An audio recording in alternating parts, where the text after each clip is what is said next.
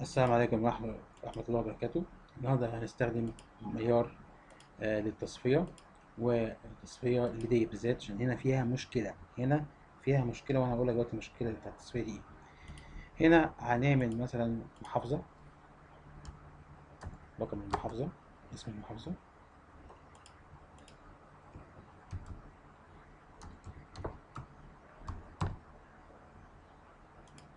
ماشي. هنا القاهرة،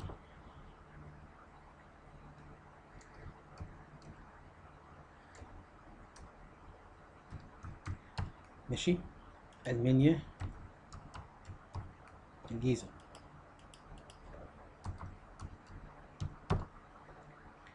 وهنا يا سيدي سوهاج. دي محافظة، 4 محافظات دلوقتي معانا. وهنعمل هنا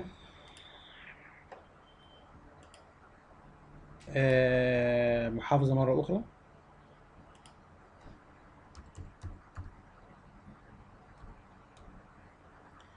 وهنكتب هنا الاسم،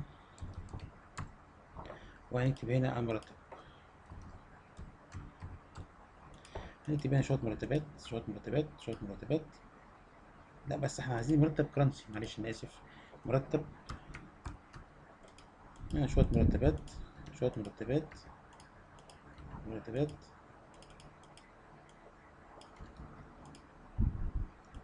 معلش ده مرتب كبير شوية. بس ونسيف الحاجات دي، ونكتب هنا محافظة مثلا ايه، القاهرة. الأخ ده اسمه سعيد، ماشي. القاهرة برضو، القاهرة. أحمد البنا، أحمد البنا، ماشي. ونيجي هنا مثلا ايه، الجيزة،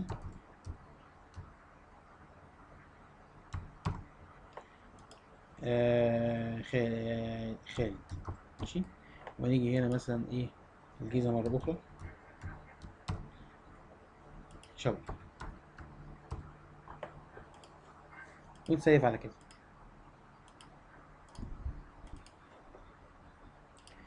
هنعمل ايه بقى هنا، اللي هو الاستخدام التاني اللي قلت عليه دوت، اللي هو ده مهم جدا ده. قلنا هناخد من التيبل 2 اللي هيظهر تحت طولي محافظة، هيظهر بالشكل كده محافظة. بعد كده الهيدنج هيبقى الاسم، بعد كده المرتب هيبقى مرتب صن جمع. بس وريني كده الشكل عامل ازاي. اهو قال لك ان محافظة القاهرة عبارة عن الاسماء الافندية اللي هم، هو ده بياخد. طبعا للاسف انا جمعت الاي دي، ما جمعتش ال جمعت الاي دي، ما جمعتش ايه. احنا هنعملها مثلا ايه، نحاول نعملها بسرعة كده. المرتب هنشيل كلمة اي دي، مرتب، مرتب. ونحاول بس نعملها كده، نشوف كده الدنيا فيها ايه. اهو كويس. سيبك بقى من دي. هنا جمع لي ايه، جمع لي هنا بقى يعني نشيل دي، مش عايزين دي، خلينا نخفيها، نخفيها دلوقتي. هنا محافظة الجيزة عبارة عن اسمين اهم، والشوقي. يعني عايز اقول لك يعني جابها لك ايه، عرضي من فوق، جاب لك الاسماء كلها فوق، مع ان هنا كنت كاتبها اسماء كده ايه، طولي. هنا جابها لك بشكل عرضي. في ناس عايزة كده. المشكلة بقى في ايه هنا؟ المشكلة لما اجي ابحث، اجي اكتب القاهرة اهي، اكتب القاهرة هتكتب معايا القاهرة، القاهرة. اه يا سيدي، جاب لي القاهرة ولا ما جابش؟ عمل ولا ما عملش؟ وفلتر كمان، وخفى اللي مش موجودين. عمل كل حاجة اهي. طب تعالى يا سيدي، جاب الجيزة اهي، مش أي مشكلة. شوقي وخالد. هنا القاهرة، سعيد وأحمد البنا. خلاص كده. ايه المشكلة؟ المشكلة بقى هنا مينفعش نعملها متغير. يعني ايه بقى متغير دي؟ هقول لك دلوقتي حالا. يعني هنشيل دي، وننشئ فورم، ونكتب هنا اهو كومبو بوكس عادي.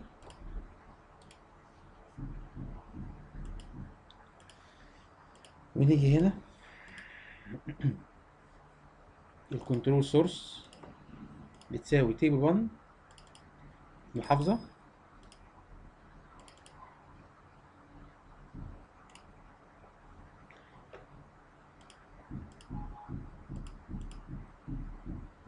خلاص كده.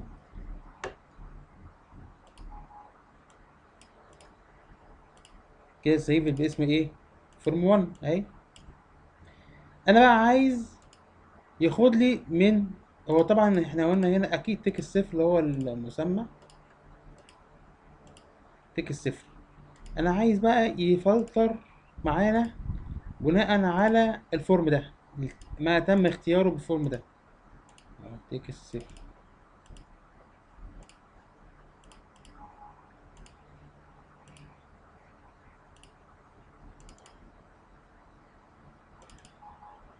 بص حتى مش هيفتح كمان، بص ما فتحش معانا وعمل لك مشكله وقال لك انا خلاص شطبنا. الاكسس بيقول لك كفايه بقى اكواد، كفايه بقى مقترحات، انا ايه مش هقدر اعمل لك اللي انت عايزه. لا احنا بقى هنعمل حيله بحيث ما احدد من الشريط ده يفلتر لي في البتاعه دي اللي احنا عملناها دي، اللي هي اسمها كروس تاب. دي الكروس تاب. خلاص. هنعمل حيله. اول حيله اللي احنا هنخلي ده رقم. هعملها بقى ازاي رقم؟ هقول لك بقى حالا دي تتعمل ازاي. هنخش على رو سورس. رو سورس. هنضطر ننزل الاي دي. هنضطر ننزل الاي دي، بس الاي دي هتبقى رقم واحد، والاخفاء مخفيه.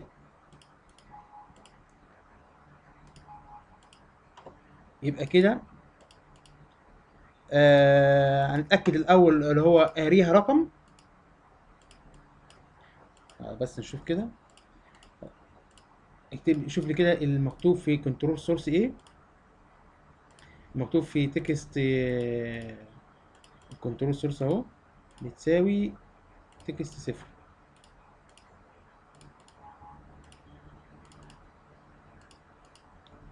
لا لسه. هنخش على كنترول سورس. لازم دي تبقى رقم. امم لا احنا بص هنعمل ايه. هننزل الاثنين مرة اخرى. نشوف كده.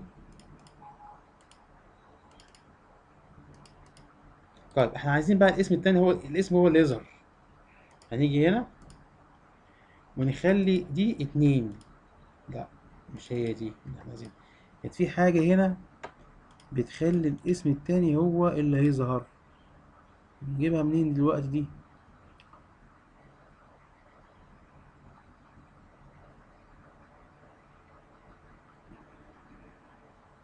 انا فاكر دي.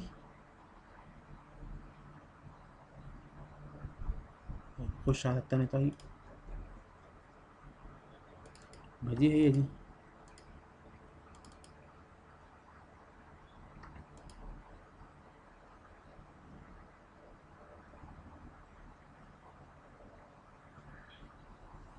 طيب هو دلوقتي شايف كنترول سورس اي دي، وهو واخد الكلام ده من الايديا مباشرة.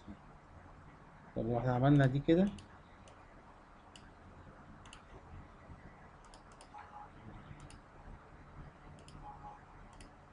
بس لازم ده يبقى رقم. لازم يبقى رقم. طب خلاص احنا ممكن نعمل حركة تانية. هنخليها زي ما هي اسم كده، ونقول له انت هنعمل بس بسرعة اللي هي الكريت دي. هات لي رقم واحد، تيبل واحد، هنزل الاي دي وده والمحافظة. والمحافظة دي هتعمل لي كريتيريا على التكست صفر. تكست صفر. تكست صفر. تكست صفر. خلاص. ونقول له بقى دي لوك اب. شايف ايه في الكويري 1؟ معلش الموضوع صعب قوي، واستحملوني عشان انا بشرح بسرعة. بس انا مش بشرح للايه، للمبتدئين عشان محدش يزعل مني يعني. انا بشرح لناس عندها فكره ودرايه عن الاكسس، عشان في ناس كتير قوي بتقول لي ده انت بتشرح بسرعه. لا انا الموضوع شرحي انا مش للناس المبتدئين خالص دلوقتي. هنيجي هنا هنستخدم اللي هو دي لوك اب. هو بقى سهل عشان يحمل ورخر. فين الاكواد؟ اهو حمل الافندي اهو. فين دي لوك اب؟ بدون شرط، مش عايزين شرط. نسخ انسخ انسخ. يبقى كويري 1 هات لي الاي دي بتاع الكور 1. هات لي يا سيدي الاي دي بتاع الكور ايه 1 اهو. هات لي الاي دي.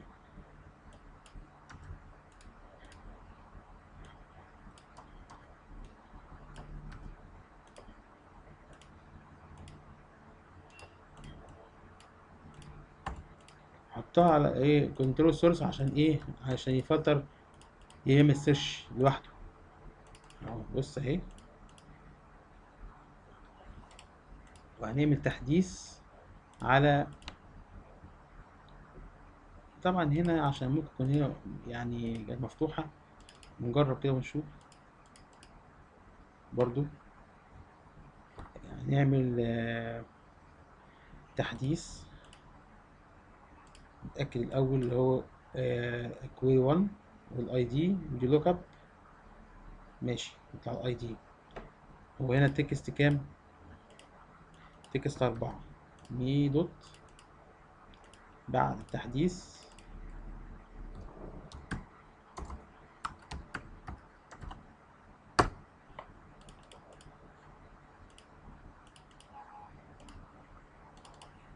يلا يا عم خلصنا بقى الله يخليك.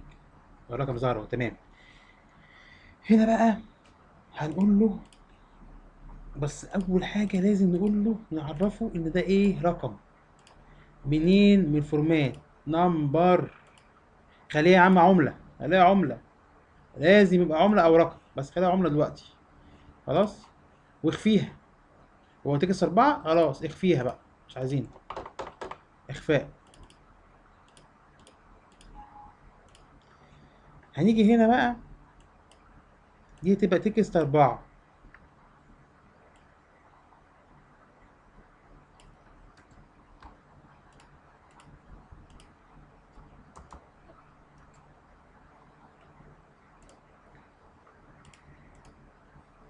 وعايزين ما يساويها لدي.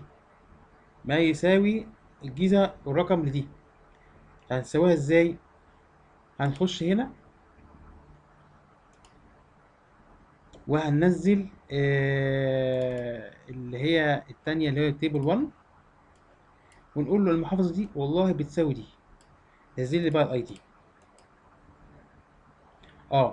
عشان ينزل الاي دي لازم تكتب رو هيدنج. رو هيدنج.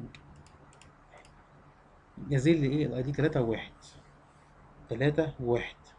خلاص كده. نزل لي 3 و1 اهو. هنيجي بقى عند 3 و1 دي وهناخد اهو يضيف له الكود. كود الايه الفلتر. كود الفلتر الكريتيريا اهي. بس بقى الحته بقى المهمه قوي قوي البرميطه اللي هنا. هتنزل نفس الكود ده بس هنقول له هنا عمله. نوع عمله. عرفت ليه بقى ما عملتهاش رقم؟ عشان الرقم مش موجود هنا للاسف. اوكي.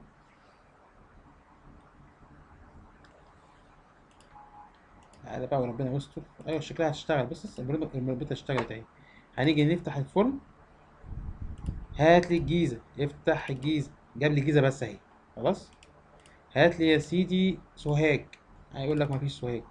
ماشي. هات لي القاهره. افتح. هات لي بتوع القاهره. والله انت شايف الموضوع يعني ايه كانش مستاهله؟ لا مستاهله. احنا هو البرنامج مش برنامج تفتح من هنا والكلام ده. الكلام ده كله ده كله بيتقفل. وده بيطلع لك بشكل تقرير وبيتبع. فالعمليه عمليه مهمه جدا جدا حته اللي انت تعمل حاجه زي كده. وكمان الحاجات دي بتختفي خد بالك. دي بتختفي. تمام. وفي حاجات هنا ما ينفعش نختار. يعني ممكن اعمل لك حركه لازم تختار من القايمه. وبندوس اوبن اهي. وبندوس زر هنا اوبن يفتح لك الايه البتاعه دي. وهكذا يعني. مهمه قوي قوي ديت. انا ما كانتش يعني هي مش عارف الكريتيريا مالها عامله مشاكل ليه في الكروستاب دي. دي مهمه قوي قوي ازاي تعمل تصفيه من خلال القائمه المنسقه. من خلال القائمه المنسقه. شكرا والسلام عليكم ورحمه الله وبركاته.